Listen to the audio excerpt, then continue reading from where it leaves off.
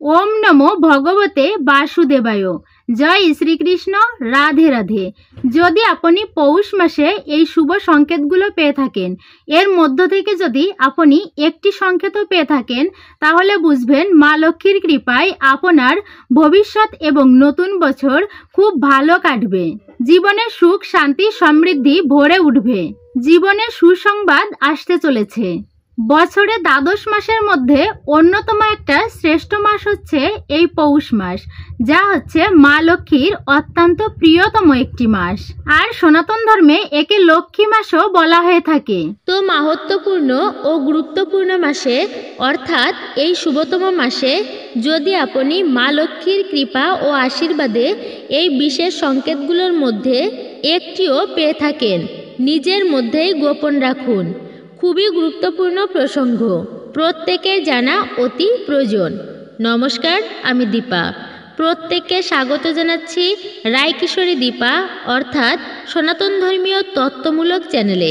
আমি সর্বদাই চেষ্টা করি সনাতন ধর্মের এরকমই সকল গুরুত্বপূর্ণ বিষয় আপনাদের সামনে উপস্থাপন করতে, শেয়ার করতে। তাই আসুন কিছুক্ষণ সময় ধৈর্য ধরে আজকের এই পৌষ মাসের সংকেত প্রসঙ্গে জেনে নিই। আশা করছি ভিডিওটি দেখে আপনি উপকৃত এবং সমৃদ্ধ হবেন। ভালো লেগে থাকলে অবশ্যই একটি লাইক করবেন। কমেন্টে ভক্তি, ভালোবাসা ও শ্রদ্ধার সহিত একটি বারের জন্য হলেও লিখুন জয় মা লক্ষ্মী দেবীর জয়, অথবা আপনার গুরুদেবের নামটি একবারের জন্য হলেও লিখে যাবার জন্য অনুরোধ জানাচ্ছি। আর আমাদের এই চ্যানেলে যদি আপনি নতুন ভিডিও দেখছেন, তবে অনুরোধ করব চ্যানেলটি সাবস্ক্রাইব করে পাশে থাকার নোটিফিকেশন বেল বাটনটি অন করে রাখুন। বলা হয়েছে শাস্ত্রে শ্রবণম মঙ্গলম, অর্থাৎ শ্রবণেও মঙ্গল সাধিত হয়। অবশ্যই ভক্তি শ্রদ্ধার সহিত সম্পূর্ণ ভিডিওটি দেখবেন। তাহলে আসুন শুরু করি আজকের ভিডিওটি। পৌষ মাস মা লক্ষ্মীর মাস। শাস্ত্রে এই মাসকে অত্যন্ত মহিমান্বিত বলা হয়েছে। পাশাপাশি এই মাস সূর্যদেবেরও মাস। এই মাস অন্য মাসের তুলনায় আরেকটু ভিন্ন। তবে কেন? এই মাসে চন্দ্রদেব তিনি পুষ্যা নক্ষত্রে অবস্থান করেন, সেই জন্য এই মাসকে বলা হয় পৌষ মাস। আবার এই সময়ে সূর্যদেব তার রাশিকে পরিবর্তন করে ধনু রাশিতে অবস্থান করে, তাই দিনের সময়ের কমতি হতে থাকে আর রাতের সময় বৃদ্ধি। প্রতিটা মাসেই ভিন্ন ভিন্ন গুরুত্ব ও মাহাত্ম্য রয়েছে। কোন কোন শুভ সংকেতগুলো দেখলে বুঝবেন যে আপনার নতুন বছর বা নতুন ভবিষ্যৎ সময় ভালো কাটবে, অর্থাৎ ভালো পার হবে। যদিও ভবিষ্যৎ সময় বা নতুন বছর কিভাবে কাটবে এটা কিন্তু কেউ বলতে পারে না, এটা বাস্তব সত্য। কিন্তু কিছু কিছু শুভ সংকেত রয়েছে যেগুলো আমাদেরকে বলে দেয় আমাদের আগামী সময় কিভাবে পার হবে। এই বিষয়ে কোনো প্রশ্ন বা মতামত থাকলে কমেন্টে অবশ্যই জানাবেন। প্রথমেই বলবো, আপনি যদি স্বপ্নের মাধ্যমে শঙ্খ দেখেন, তাহলে আপনার জীবনে অত্যন্ত ভালো সময় আসতে চলেছে। আর এই শঙ্খকে অত্যন্ত শুভ জিনিস বলে শাস্ত্রে বলা হয়েছে। শঙ্খের কথা আমাদের প্রত্যেক সনাতনী হিন্দুদের বাড়িতে একটি করে হলেও শঙ্খ রয়েছে, কারণ পুজোতে সন্ধ্যায় এই শঙ্খ বাজানো হয়ে থাকে। তাই শাস্ত্র মতে আপনি যদি স্বপ্নের মাধ্যমে শঙ্খ দেখে থাকেন বা শঙ্খের ধ্বনি শুনে থাকেন, তাহলে আপনার চরম আর্থিক উন্নতি ঘটবে এবং আপনার জীবন থেকে কিছুটা হলেও আর্থিক সমস্যা সমাধান পেয়ে যাবেন, তাও সেটা খুব দ্রুততার সঙ্গে। কারণ এই শঙ্খ বা শঙ্খের ধ্বনি হলো মা লক্ষ্মীর খুবই প্রিয় জিনিস। তাই স্বপ্নশাস্ত্র মতে বলা হয়েছে যে আপনি যদি এই রকম সংকেত পেয়ে থাকেন, তাহলে আপনার গৃহে মা লক্ষ্মী দেবী সুনিশ্চিতভাবেই বসবাস করবে। এরপর পাখির বাসা। আপনারা যদি স্বপ্নের মাধ্যমে পাখির বাসা দেখেন, তাহলে শাস্ত্র মতে বলা হয় যে ব্যক্তি জীবনে ইতিবাচক ইঙ্গিত বহন করতে পারে, এমনটাই স্বপ্ন শাস্ত্র মতে মনে করা হয়ে থাকে। তবে পাখির আনাগোনায় মা লক্ষ্মীর আগমন থাকে বলে অনেকেই মনে করেন। এরপর সনাতন শাস্ত্রে কিছু পাখিকে সবথেকে বেশি গুরুত্ব দেওয়া হয়েছে। কিছু কিছু পাখি সবথেকে শুভ। পাখি মানেই তো শুভ। পাখিকে দর্শন করাও মনের মধ্যে একটা পবিত্রতা আসে। সেই জন্য শাস্ত্রে বলা হয়েছে 5টি পাখি যদি আপনি দর্শন করে থাকেন এই মাসে অর্থাৎ পৌষ মাসে, তবে সেটা খুবই শুভ। শুধু এই মাস বলে কোনো কথা নয়, এই 5টি পাখির মধ্যে যে কোনো একটি পাখিও যদি আপনি দর্শন করেন তবে বাস্তুশাস্ত্র মতে অত্যন্ত শুভ সংকেত বলা হয়েছে। প্রথম যে পাখিটির কথা আপনাকে বলবো তা হলো টিয়া পাখি, যাকে সুখ পাখি বলা হয়। শ্রীকৃষ্ণের খুবই প্রিয় পাখি ছিল এটি। এই সুখ পাখি, টিয়া পাখি দর্শন করা ভাগ্যের ব্যাপার। তবে মনে রাখবেন, মুক্ত পাখিকে খাঁচাই বন্ধ করে পালন করার চেষ্টা কখনোই করবেন না। এটাও একটা অপরাধের বিষয়, অপরাধের কাজ। কিন্তু টিয়া পাখিকে দর্শন করা অত্যন্ত ভালো। জোড়া পাখি যদি আপনার বাড়ির আশেপাশে দেখতে পান, এটাকেও শুভ মানা হয়েছে। এর মানে আপনার দাম্পত্য জীবনে সুখ শান্তি আসতে চলেছে। জোড়া টিয়া পাখির দর্শন করাই। এরপর আপনাকে যেটি বলবো, লক্ষ্মী পেঁচা। পেঁচাকে বলা হয়েছে মা লক্ষ্মীর বাহন। তো যদি আপনি লক্ষ্মী পেঁচা দর্শন করেন, এটাও কিন্তু খুবই শুভ। এই লক্ষ্মী পেঁচা দর্শন করলে আমাদের মনের কালিমা দূরীভূত হয় এবং মনের মধ্যে আলাদা একটা প্রশান্তি আসে। কিন্তু লক্ষ্মী পেঁচা দর্শন করার আরেকটা আলাদা দিক রয়েছে। শাস্ত্রে যে আপনার গৃহে শীঘ্রই মা লক্ষ্মীর আগমন বার্তা বহন করে এই লক্ষ্মী পেঁচা দর্শনের মাধ্যমে। এরপর নীলকণ্ঠ পাখি। এই পাখিকে দর্শন করলে বলা হয়েছে প্রভু শিবের কৃপার ইঙ্গিত দেয়। শাস্ত্রে পাখিকে শুভ বলা হয়েছে, তবে মুক্ত পাখি সেটা। শাস্ত্রে বলা হয়েছে যদি আপনার মনে দুঃখ আসে তবে আকাশের দিকে তাকিয়ে থাকুন, আকাশের মতো স্বচ্ছ হয়ে যাবে মনটা। তেমনি পাখিকে দর্শন করাও শুভ। তার মধ্যে যদি আপনি এই মাসে নীলকণ্ঠ পাখি দর্শন করেন, এটাও খুবই শুভ বলা হয়েছে। এরপর চড়ুই পাখি। শাস্ত্র মতে চড়ুই পাখিকে দর্শন করা মানে জীবনে সুখ শান্তি সমৃদ্ধি আসতে চলেছে। তো অনেকেই বাড়িতে চড়ুই পাখির বাসা বাঁধে। শাস্ত্রে একে দর্শন করাকে অত্যন্ত শুভ বলা হয়েছে। এরপর কাক। কাককে অশুভ মনে করেন অনেকেই, পছন্দ করেন না কাককে। কিন্তু কাক হচ্ছে শনিদেবের বাহন, এটা অবশ্যই মনে রাখবেন। কাককে আবার ঝাড়ুদারও বলা হয়। কেন? কাক সবসময় আমাদের সমাজকে, পরিবেশকে পরিষ্কার পরিচ্ছন্ন রাখার চেষ্টা করে, তাই এমন কাকের দর্শন করাকে শুভ মানা হয়। এরপর যে সংকেতটির কথা বলবো তা হচ্ছে ঝাড়ু। কম বেশি সকলেই আপনারা অবশ্যই চেনেন ঝাড়ু কি। ঝাড়ু হলো মা লক্ষ্মী দেবীর প্রতীক। আর এই ঝাড়ুর মধ্যে আমাদের জীবনে সৌভাগ্যও কিছুটা লুকিয়ে রয়েছে। তাই শাস্ত্রমতে বলা হচ্ছে যে আপনি যদি স্বপ্নের মাধ্যমে ঝাড়ু দেখেন, তাহলে আপনার জীবনে সকল প্রকার খারাপ সময় কেটে যাবে এবং আগামী দিনে আপনার জন্য অত্যন্ত ভালো সময় আসতে চলেছে। আপনার জীবনে থাকা সকল প্রকার বিপদ একেবারেই সুনিশ্চিতভাবে দূর হয়ে যাবে। এই পৌষ মাস চলাকালীন স্বপ্নের মাধ্যমে ঝাড়ু দেখা এটা অত্যন্তই শুভ বলে মনে করা হয়ে থাকে। এরপর যে সংকেতটির কথা বলবো তা হলো পিঁপড়া, অর্থাৎ কালো পিঁপড়া।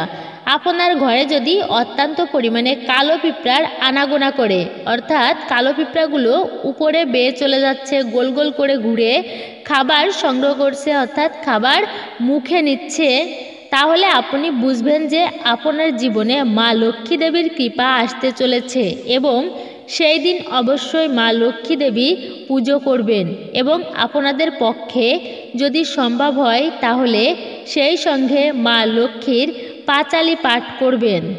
জ্যোতিষ শাস্ত্র অনুসারে বাড়িতে কালো পিঁপড়া শুধু আসলেই হবে না, কালো পিঁপড়া এসে যদি গোল করে ঘুরে যদি কোনো কিছু খাবার খায়, তাহলে ধরে নিতে হবে যে আপনার জীবনে কার্তিক উন্নতি ব্যাপকভাবে বা ব্যাপক পরিমাণে ঘটবে। তাহলে ধরে নিতে হবে যে আপনার জীবনে আর্থিক উন্নতি ব্যাপক পরিমাণে ঘটবে। আপনার জীবনে হঠাৎ উপার্জনের রাস্তা বৃদ্ধি হবে, আর্থিক উন্নতি হবে ব্যাপকভাবে। তাই আপনি এই সময়ে যদি এই সংকেত পেয়ে থাকেন, তাহলে এই সময় আপনি কোনো লটারি কাটতে পারেন, কারণ আপনার অর্থপ্রাপ্তির যোগ রয়েছে। এরপর যে সংকেতটির কথা বলবো তা হলো টিকটিকি। টিকটিকি চেনে না এমন কেউ নেই। আমাদের প্রত্যেকের বাড়িতে কম বেশি টিকটিকি দেখতে পাওয়া যায়। অনেকেই এই টিকটিকি দেখে ভয় পেয়ে থাকেন, কিন্তু শাস্ত্র মতে বলা হয় যে বাড়ি থেকে যদি টিকটিকি তাড়িয়ে দেওয়া হয়, তাহলে আপনার গৃহে কখনোই মা লক্ষ্মী দেবীর বসবাস করবেন না। কারণ জ্যোতিষশাস্ত্র মতে বলা হয় যে যে বাড়িতে মা লক্ষ্মী দেবীর কৃপা রয়েছে সেই বাড়িতে টিকটিকির আনাগোনা বাড়তে থাকে। তবে টিকটিকি যদি আপনার বাড়ির তুলসী গাছের পাশে বা তুলসী মঞ্চের আশেপাশে দেখতে পান, তাহলে খুব সহজেই আপনি তুলসী মহারানীর ব্যাপক কৃপা লাভ করতে চলেছেন এবং কর্মক্ষেত্রে ব্যাপক পরিমাণে উন্নতি ঘটবে। যারা কর্মক্ষেত্রে বিভিন্ন সমস্যায় ভুগছেন, কর্মক্ষেত্রে উন্নতি লাভ করতে পারছেন না, তারা দেখবেন সকল প্রকার কর্মসংস্থান থেকে খুব সহজেই সমাধানে এগিয়ে যাবেন। এমনকি যে কাজের জন্য আপনি বারবার ব্যর্থ হয়ে যাচ্ছেন, কাজে সফলতা পাচ্ছেন না, সেই ক্ষেত্রে আপনি সেখান থেকে সুনিশ্চিতভাবে মুক্তি পেয়ে যাবেন। এরপর যে সংকেতটির কথা বলবো তা হলো আপনি যদি স্বপ্নের মাধ্যমে ধান বা ধান গাছ দেখেন, তাহলে এটা আপনার জন্য অত্যন্তই শুভ। কারণ আপনার গৃহে কখনোই অন্ন বস্ত্রের অভাব হবে না। আপনি পরিবার পরিজন নিয়ে সুখ শান্তি সমৃদ্ধিতে বসবাস করতে পারবেন। কোনো বিপদই আপনার জীবনকে কোনোরূপ কোনো ক্ষতি করতে পারবে না। এরপর যে সংকেতটি, বাড়িতে যদি আপনি এখনও ইঁদুর দর্শন করেন, আমরা ইঁদুরের উৎপাতে অনেক সময় ইঁদুর মেরে ফেলি, কিন্তু ইঁদুর মারা উচিত নয় বা বধ করা উচিত নয়। প্রয়োজনে ইঁদুর তাড়ানোর জন্য অনেক উপায় অবলম্বন করতে পারেন, কিন্তু মনে রাখবেন বাড়িতে যদি ইঁদুরকে বলা হয়, সেই সময় গৃহের সমস্ত সুখ শান্তি সমৃদ্ধি এই তিনটাই নষ্ট হয়। তাই সমাধান এমন কাজ ভুলেও করবেন না, তাকে আপনি তাড়ানোর বিভিন্ন উপায় অবলম্বন করতে পারেন। ইঁদুর হচ্ছে সিদ্ধিদাতা গণেশের বাহন, আর সেই গণদেবতার কৃপার মধ্যে একটা সংকেত ইঁদুরকে দর্শন করা। বাড়িতে যদি আপনি ইঁদুর দেখে থাকেন, এর মানে সেই বাড়িতে লক্ষ্মী দেবীরও বিরাজ করছেন, সুখ শান্তি সমৃদ্ধি আসতে চলেছে। এরপর যেটির কথা বলবো তা হচ্ছে টিকটিকি। বাড়িতে যদি টিকটিকি দেখা যায়, অনেকেই টিকটিকিকে অসহ্য মনে করে গৃহের মধ্যে, কিন্তু যদি বাড়িতে টিকটিকির আনাগোনা হয় বা টিকটিকির দর্শন কেউ যদি করে থাকেন, এটা কেউ শুভ মানা হয়েছে। এটা লক্ষ্মী দেবীর কৃপায় ইঙ্গিত দেয়। মনে রাখবেন, যদি আপনি দীপাবলির দিন রাত্রে টিকটিকিকে তুলসী মঞ্চের আশেপাশে দেখতে পান, তাহলে খুবই শুভ মানা হয়েছে। অথবা যে কোনো দিনেই তুলসী মঞ্চের বা তুলসী তলার আশেপাশে টিকটিকির আনাগোনা বা দর্শন করেন, এটাকেও শুভ সংকেত বলা হয়েছে। অথবা আপনি যদি তার আশেপাশেও টিকটিকি দেখতে পান, এটা জীবনে সুখ শান্তি সমৃদ্ধি বয়ে নিয়ে আসবে। টিকটিকি যে গৃহে থাকে সেই গৃহে সর্বদা সুখ শান্তি বিরাজ করে। তবে বাড়িতে টিকটিকিকে কখনোই কিন্তু মেরে ফেলা উচিত নয়। অবশ্যই আপনি মনে রাখবেন, বা তাড়িয়ে দেওয়াও উচিত নয়, কারণ এমনটা করলে কিন্তু সেই গৃহে মা লক্ষ্মী কখনোই বসবাস করেন না। টিকটিকির আনাগোনা অর্থাৎ যে গৃহে টিকটিকির আনাগোনা হয়, সেই গৃহে অন্ন বস্ত্র বাসস্থানের অভাব হয় না। পরিবারের সুখ শান্তি আর্থিক সচ্ছলতা বিদ্যমান থাকে যদি মা লক্ষ্মী সেই পরিবারে থাকে। পারিবারিক দাম্পত্য কলহ যদি থেকে থাকে, তার থেকেও খুব সহজে রেহাই পাবেন। মনে রাখবেন, প্রতিটা প্রাণী কিন্তু কোনো না কোনো সংকেত বিভিন্নভাবে আমাদের জীবনে প্রদান করে থাকেন।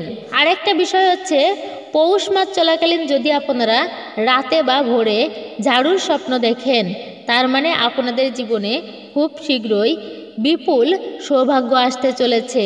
যেহেতু এই ঝাড়ু বা ঝাঁটা বা লক্ষ্মীর স্বরূপা বা প্রতীক, সুতরাং এরূপ স্বপ্ন দেখার অর্থ হলো আমাদের জীবনে যে খারাপ কিছু বা নেগেটিভ কিছু বিদ্যমান তা নাশ হতে চলেছে। আগামী দিন আপনাদের জন্য অত্যন্ত ভালো কিছু সংবাদ বহন করে আনতে চলেছে, তথা অর্থকষ্ট আপনাদের জীবন থেকে দূর হয়ে যাবে। যে কোনো বিপদ আপদ থেকে আপনি লক্ষ্মী দেবীর কৃপায় রেহাই পাবেন। তবে একটি কথা অবশ্যই মাথায় রাখবেন, এই ঝাড়ুর স্বপ্ন কিন্তু আপনি কাউকেই বলবেন না, নিজের মধ্যেই অবশ্যই রাখবেন, নতুবা এর ফল আপনাদের বিফল হয়ে যাবে। এরপর যে সংকেতটির কথা বলবো তা হলো, যদি স্বপ্নে দেখেন যে আপনি গীতা পাঠ করছেন বা গীতা পাঠ শুনছেন অথবা গীতা গ্রন্থ স্বপ্নে দেখেছেন, এটি দেখা অত্যন্তই শুভ। আপনার স্বপ্নে গীতা দেখার অর্থ আপনি কিছু সুখবর পেতে চলেছেন। গীতা দেখার অর্থ হলো শ্রীকৃষ্ণের আশীর্বাদ অবশ্যই বর্ষিত হবে আপনার উপর। কোনো ব্যক্তি যদি স্বপ্নে জল, নদী, পুকুরে নিজেকে সাঁতার কাটতে দেখেন, তবে এই স্বপ্নটি শুভ বলে মনে করা হয়।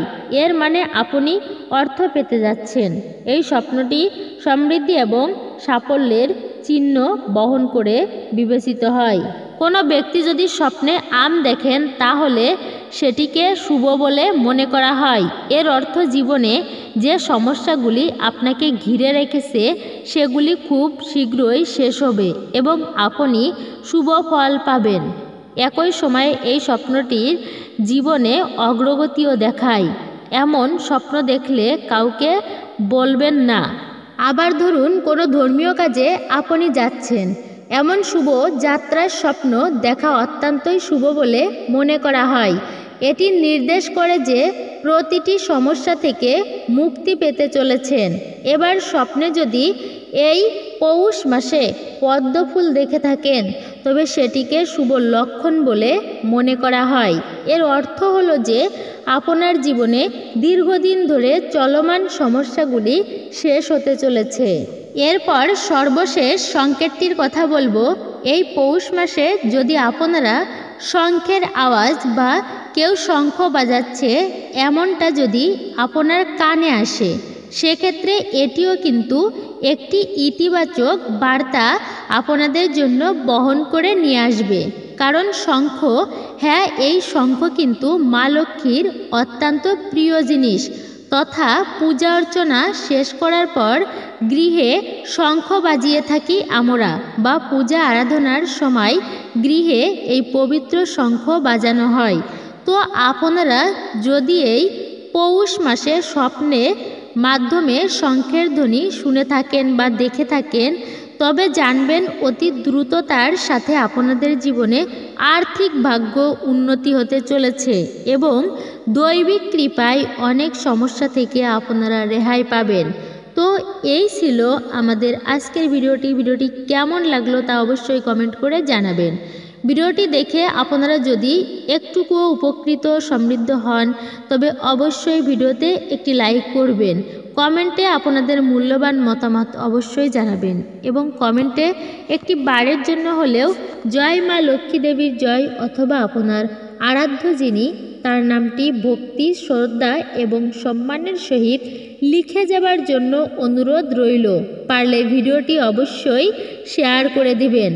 আর আপনি যদি আমার এই চ্যানেলের নতুন দর্শক হন, তবে অনুরোধ করব চ্যানেলটি সাবস্ক্রাইব করে পাশে থাকার নোটিফিকেশন বেল বাটনটি অন করে দিবেন। নতুন প্রাক্তন সকল বন্ধুদেরকে অসংখ্য ধন্যবাদ। সকলে সুস্থ থাকুন, ভালো থাকুন, পরম করুণাময় ঈশ্বরের অশেষ কৃপায়।